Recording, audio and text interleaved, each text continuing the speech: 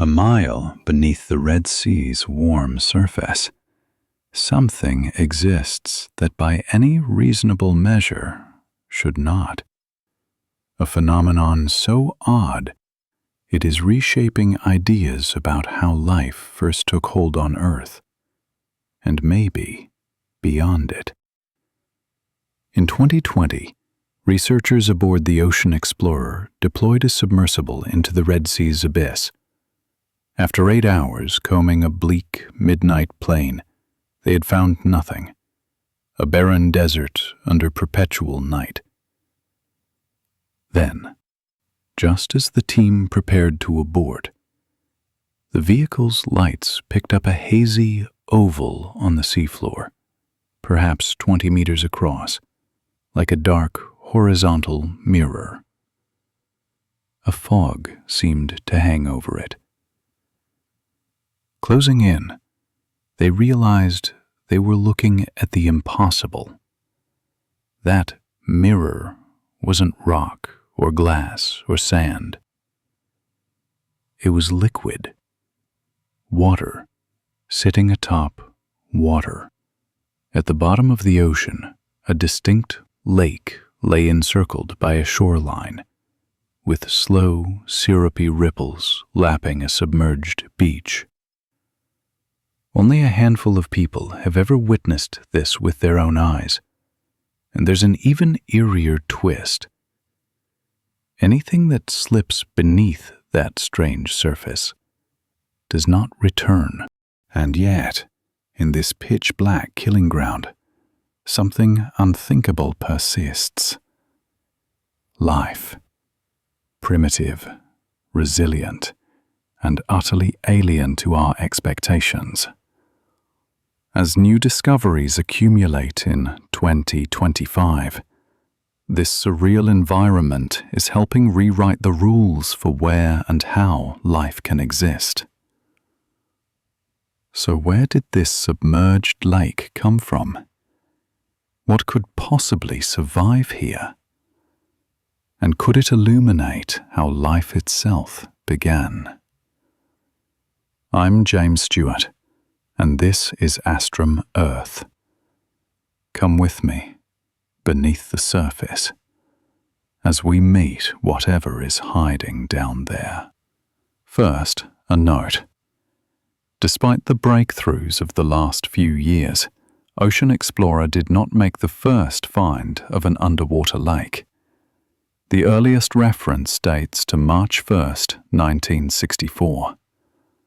Tucked away in a short journal item, British oceanographer Henry Charnock reported anomalous bottom water 2 kilometers down in the Red Sea. Imagine the mix of awe and perhaps dread when his calculations implied a lake could exist on an ocean floor. He didn't yet know what it was or why it formed, only that it was really there and that it defied intuition. Unknowingly, he had stumbled onto a discovery that would permanently alter our view of life on Earth. Charnock noted one crucial clue. The water was extraordinarily salty, far saltier than the seawater above. That observation is the first breadcrumb in explaining these bizarre basins. How can a lake exist in the middle of the ocean? The answer begins with density. Dissolve more salt into water and it becomes denser. That's why floating on your back is easier at sea than in a pool. The ocean's salinity increases the water's density, so your body is relatively less dense and pops higher. On the sea floor, the same physics piles super salty water into natural hollows. The brine is so dense that a submersible can bounce off its surface as though it were a trampoline. If you could breathe and withstand the pressure, the boundary would feel like a gently wobbling waterbed. Scientists call these features brine pools. They can sprawl for tens of kilometers, shaping lakes, channels, even underwater rivers and waterfalls. Some are hundreds of meters deep. But why don't they simply mingle into the surrounding ocean? Why is the surface so sharply defined? If you poured a splash of brine into a glass of fresh water, it wouldn't sit neatly on the bottom. It would mix. So what's different down here? Two coupled processes provide the answer. The first is double diffusive convection. Charnock's sample wasn't just salty, it was unusually warm. Picture a bottom layer that's both saltier and hotter, overlain by cooler, less salty water. Heat and salt both tend to diffuse upward, but heat moves roughly 100 times faster than salt. That rapid heat leak warms the water just above the brine, making it buoyant so it rises away. Simultaneously, the topmost sliver of the brine cools, becomes denser, and sinks back into the pool. The result is a self-maintained, razor-sharp interface. Seawater above tends to lift away. Brine below tends to slump downward. A shoreline appears. But that boundary isn't perfectly sealed. Salt still diffuses across it. By rights, the pool should slowly bleed away. It doesn't, because a second process constantly replenishes it from below. The lake exists only because these two opposing fluxes, lost to the ocean and recharge from the crust, balance each other. Where then does the incoming hot, salty water originate? For that, we need salt tectonics. Brine pools show up in only a few places worldwide: the Red Sea, the Gulf of Mexico, and the Mediterranean. All three share a peculiar past. Each was, at some point, cut off from the open ocean and allowed to evaporate into a giant, desiccated basin. In the Jurassic, the Gulf of Mexico was sealed from the Atlantic. Later, the Mediterranean and the Red Sea were also isolated. As water evaporated, vast blankets of salt accumulated. Over millions of years, sediments buried those salt beds deep beneath the sea floor. As more sediment piled on, the salt, ductile under pressure, flowed and heaved like cold putty. This salt tectonics warped and cracked the overlying layers, letting seawater percolate downward to dissolve and concentrate ancient salts into hypersaline brines. Heated by Earth's interior and squeezed by shifting strata, these brines rise along salt diapirs and faults, venting onto the seafloor and settling into pits and troughs. An underwater lake is born. Brine doesn't always sit quietly. It can flow. In 2018, an NOAA remotely operated vehicle in the Gulf of Mexico crested a low ridge and peered into a brine-filled depression littered with white shells and dead mussels. Above it, streaks of dark-stained sediment ran down slope limits into the pool, a genuine subsea brine waterfall. The source likely traces back to Jurassic salt that is softened and intruded upward in column-like diapirs, channeling dense brine toward low ground, where it spills like molasses into a basin. What could live here? At first glance, nothing. The pool margins are strewn with the preserved remains of fish, crabs, lobsters, and eels, victims mummified by hypersaline water. Observers noticed that passers-by generally skirt the surface. Those that slip under suffer toxic shock within seconds. They convulse violently. Eels tie themselves in knots.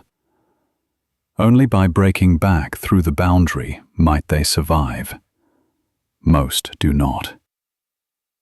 The water is anoxic, devoid of oxygen and loaded with methane, a cocktail lethal to ordinary marine life. And yet, life abounds. Around these pools, lush mats of greenish tube worms spread for hundreds of meters.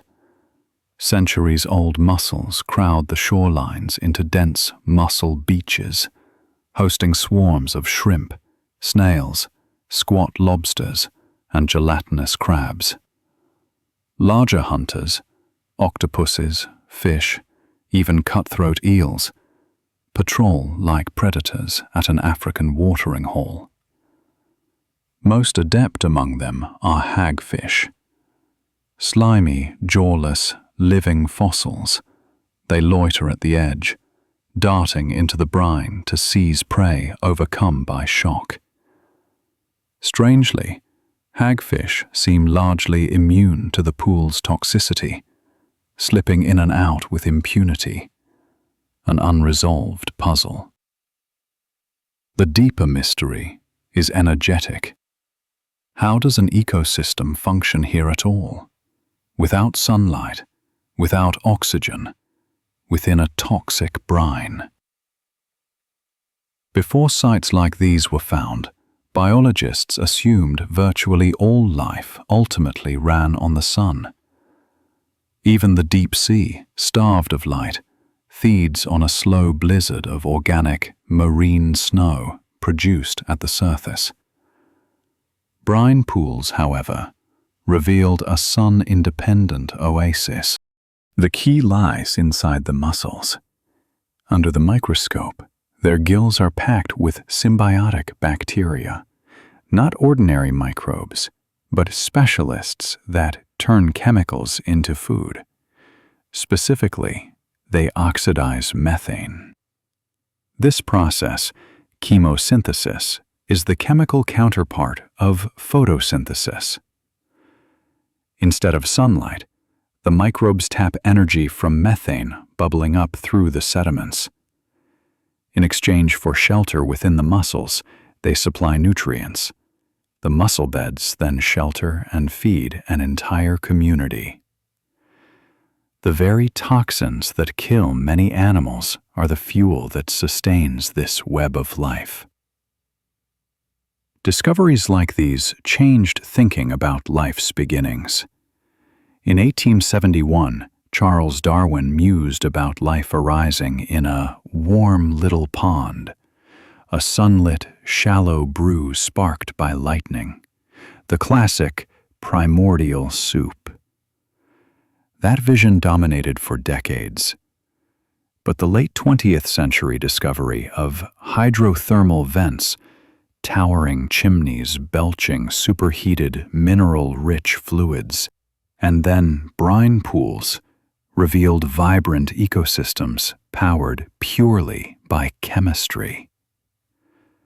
If life can thrive without the sun, could it start that way too? For many scientists, hydrothermal vents remain the leading cradle-of-life candidate. But brine pools have emerged as a compelling alternative. They broaden the envelope of habitability to include hypersaline, oxygen-poor, methane-rich settings, conditions that may echo Earth's early oceans between 3.5 and 4.0 billion years ago.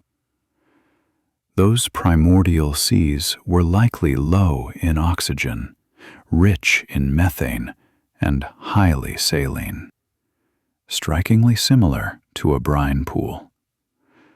That parallel makes these sites powerful analogs for life's earliest steps. And the implications extend outward.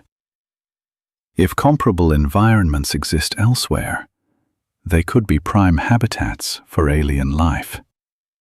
Consider Europa and Enceladus, icy moons of Jupiter and Saturn. Beneath their frozen crusts lie global oceans that may be as salty as Earth's ancient seas. Before chemosynthetic communities were known, such sunless waters were dismissed as sterile. Now, they look tantalizing. Could pockets of briny chemistry beneath the ice harbor life? We may learn more when NASA's Europa Clipper arrives in the 2030s. To be clear, much remains speculative. We cannot yet claim that life began in brine-like settings, nor that similar pools dot other worlds. But we can say this with confidence. Underwater brine pools have radically expanded our understanding of where life can persist. And as we continue to probe these shadowed lakes, watching slow waves lap a shoreline no sunlight has ever touched, the odds of startling discoveries only grow. Who knows what secrets still lie beneath that dark, wavering surface, waiting to be found?